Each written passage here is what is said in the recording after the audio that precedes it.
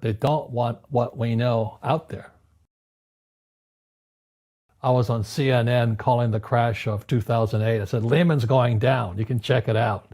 And we had Gene Chatsky, who represents Wall Street, the mutual funds and 401k guys. She goes, so. First of all, let's go back to what is financial education? It's not get a job, work hard, save money, and invest in a well-diversified portfolio of stocks, bonds, mutual funds, and ETFs. That's not it.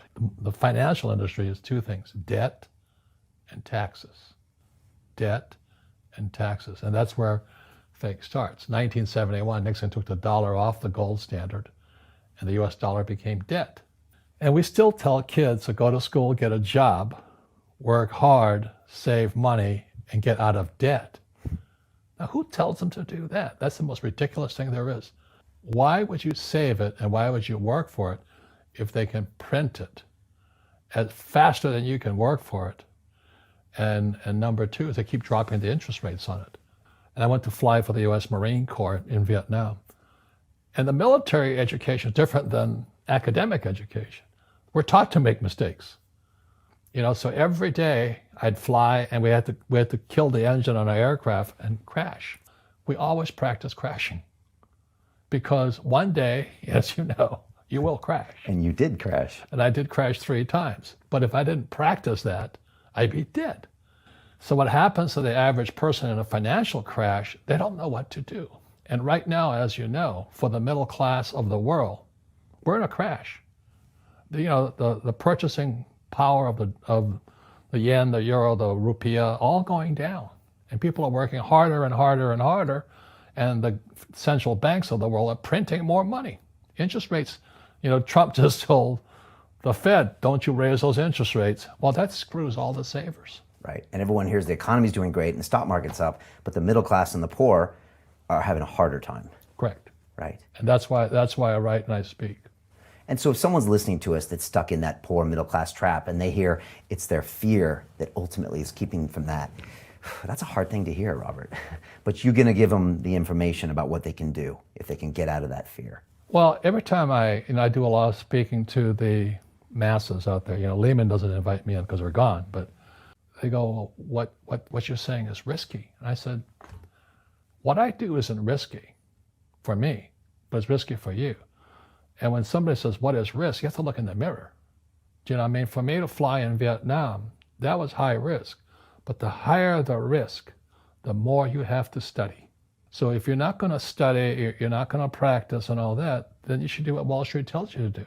Buy 401ks, mutual funds, ETFs and all that. But that's where they're fake assets, because they only make Wall Street or the City of London rich. Just watch where the cash is flowing. Follow the money. Yeah. It's not making the poor middle class rich. All Wall Street in America has done is rip off the pensions, because pensions are the biggest pool of money in America. And states like Kentucky, New Jersey, Illinois, California, Hawaii are going bankrupt because Wall Street went in and just sucked all the cash out of their pensions. So the school teachers like my dad, the firefighters and police officers, they have no retirement now. And so that's why it's fake money, fake teachers, fake assets. They're the same system. So why do they take dollar off the gold standard? And what does this mean? What don't we know? So what that meant was in 781, they could print as much money as they wanted. So as the economy of the United States worsened, the trade deficit was going up, they could print and print and print and print. So that's why when you read fake, it says the people that are being screwed today are the poor middle class because they work for money. The banker friends, they're not working for money. They have money working for them. Yep. Right. Very big difference in mentality here. So we have, in America today, we have, even Ray Dalio of Bridgewater, one of the biggest hedge fund guys in America. He's saying this gap between the rich and everybody else is too wide. Well, you could have seen that back in 1972, because the moment you corrupt money, the very thing that everybody works for, saves, counts on, they were screwed anyway. And our school systems, fake money, fake teachers, fake assets, part of that same system. Government, education, Wall Street, or City of London. And in Paris today, they have the yellow jackets. Yeah, the What's protesters. going on in right now. America today are red for ed. All these school teachers are putting on red T-shirts because they know they're being screwed. They're protesting and all this. Their pension plans have been sucked dry by Wall Street. And what do? They put hedge fund managers in to manage the pensions. You got to be kidding me. You put a hedge fund guy in to manage the biggest pot of money called the school teachers, firefighters, and police officers' pensions? They just sucked all the cash out of it. And the teachers are going, what happened to us? But because they don't know anything, it's red for ed. They're out there protesting in mass all over the United States. But you don't hear about it. They talk about the yellow jackets. They don't talk about red for ed. So this whole thing is coming apart right now. And it goes back to the question I have always asked, why doesn't our school teach us about money? Because Wall Street won't let them. When I was in flight school, my instructors could fly because I flew with them. But in school, you don't know if your instructor is for real or not. That's where the fake teacher comes from. When I was in my MBA program, I was still in the Marine Corps. Back then, this is 73 now. And the students were spitting on me, yelling at me at the University of Hawaii, Wow.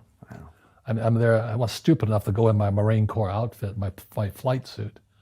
And they were yelling at me, baby killer and all this. I'm sitting in this classroom, and my MBA accounting teacher doesn't know accounting. I'm going nuts. I'm not an accountant, but I knew he wasn't an accountant also. So I took him on. I said, are you an accountant? He goes, I have a master's in accountancy. I said, that's not the question. Are you an accountant? I have a master's in accountancy. And I stood up and I said, Marines are not the brightest guys. I said, are you an accountant? Same answer. I said, you're a fake. You don't know what you're talking about. And to this day, when I listen to what people are teaching kids about accountancy, it's bad accountancy. It's confusing. Assets put money in your pocket, liabilities take money from your pocket. They count anything of value as an asset. They count your car as an asset, your house as an asset. When it's really taking money from your pocket. Your retirement plan, guess what? It's a liability. It's taking money from your pocket every month. And whose pocket does it go to? Wall Street. And that's why these funds, they sit there, they go, assets under management. That's what they're paid on. You're not making any money, but they're making fortunes on the fees and assets under management. And most of these hedge fund guys and all that, you're not making any money, but they're sucking the fees out every day. And most poor people confuse assets for liabilities. They think their home is an asset. It's actually a liability. Right. And again, that's why I was yelling at the accounting teacher. I said, an asset is a noun, like a house. Cash flow is a verb. So to understand if it's an asset or liability, it takes a noun plus verb. So if the cash is flowing out of your pocket, it's a liability. If the cash is flowing into your pocket, it's an asset. So I own 7,000 rental properties. Those are assets. Every month, the cash flows in. Whereas many people have the big house on the hill and the cash is flowing out and they're going broke. The other thing the poor don't understand is the number one expense for most people is taxes. Well, the reason the rich don't work for money is number one expense is tax. See, there's three kinds of income: earned, portfolio, passive. So earned income is if I get a job, that's earned income.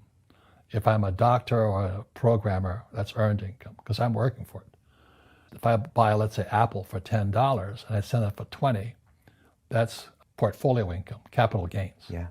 But passive income, which is cash flow, is never taxed. And so these guys are screaming right now in America, tax the rich. I said, good luck. Because most of the guys complaining, they don't know there's three kinds of income. And the rich don't have jobs anyway. They have assets. And so the average schmo out there, poor guy, sent the kid to school. They don't learn this. So that's why in Fake, as you were talking about it, there's that newspaper article about Jared Kushner. Yeah. And he explains how the Trumps and the Kushners don't pay taxes and make millions of dollars. And the reporter couldn't understand him because our schools will never teach you that three types of income. The tax laws are for everybody to use if you have the right financial education. And the reason I'm an advocate of financial education, without that education, you have to pay taxes. You see, very few people will buy what I do, make $1 million and pay zero tax. McDonald's is in the real estate business, so they sell hamburgers, but they buy real estate, so they pay no taxes. You know, this guy Bezos, well, he's $16 billion. How much tax did they pay on that $16 billion? Zero. When I came back from Vietnam in '73, my poor dad said, get your MBA. And my rich dad laughed. He says, because you're going to turn out to be an employee. Who else hires guys with MBAs? You know what I mean? He was just pragmatic about it. He says, if you really want to be rich, take a class on real estate. And I said, why is that? He says, once you understand real estate is based on debt. And he says, you will learn how to use debt as money, because that's what happened in '71. The US dollar became debt. Right. So once you learn how to use debt as money, you can never say, I can't afford it. After the crash of 2008, the banks gave me $300 million tax-free to buy real estate that the idiots had lost. I hate this, and they were idiots because the prices were so high. Why would you buy it at the top of a market? Don't you know that's going to crash? They, oh, no. This is, that was the subprime, was the derivatives market, the MBSs and all that stuff, had driven the price of real estate so high, and the rest of us were just waiting. And then when the whole thing came crashing down, all this real estate was now available, and they needed, the Fed and those guys in the Treasury needed guys like us to go in there. So Wall Street gave us hundreds of millions of dollars to mop up all that real estate these guys had lost. Now, it's fair because everybody could do it. When I ask the average guy, why don't you use debt? They can't even get a loan because their scores are so bad. So that's what's going on in the world today. It's fake money, fake teachers, fake assets. The school teachers will never tell you that because they don't know it. My poor dad never knew that. They think the rich are crooks. The rich just play by different laws. So now we have the stock market, this one area of the economy, all-time highs, floating on fake money. Real estate, I don't know how people can afford to live. In New York, I was looking at a condo for $55 million. Real estate in Silicon Valley, you can't afford to live there. And then all these companies started borrowing money, so the economy's good, and unemployment's low and all this. They say there's no inflation, but have you seen the price of food, real estate, and student loans and medical? It's a bubble, So now what's going to happen is the baby boomers, my generation, are going to start to retire. There's no money there. Social Security is broke, pensions are broke, the students are broke. They're screwing everybody with debt. This is called, not economics, this is called bubblenomics. But they'll never teach you this in school. And why do they keep printing money? Because they want to save something. Because it's an addiction. This is like heroin. The moment you take that one hit, they say, okay, I'll quit next week. And the economy gets worse, so they go, Trump gave us a tax cut in America. This thing gets bigger and bigger and bigger. So what happened in 2008, they stopped it by printing money. So they call it the Great Recession. But they didn't really fix anything. Derivatives went from 700 trillion to 1.2 trillion today, twice as much. And that is net. Doesn't tell the whole story. So when the recession hit, the PhD standard came in. That was Bernanke, and then Yellen. The PhD said, they have PhDs. Well, it's no different than long-term capital, LTCM. They had Nobel Prize winners, people like my poor dad, academics, This is what's going on in the world economy today. So the baby boomers are going to retire now. Student loans are bust.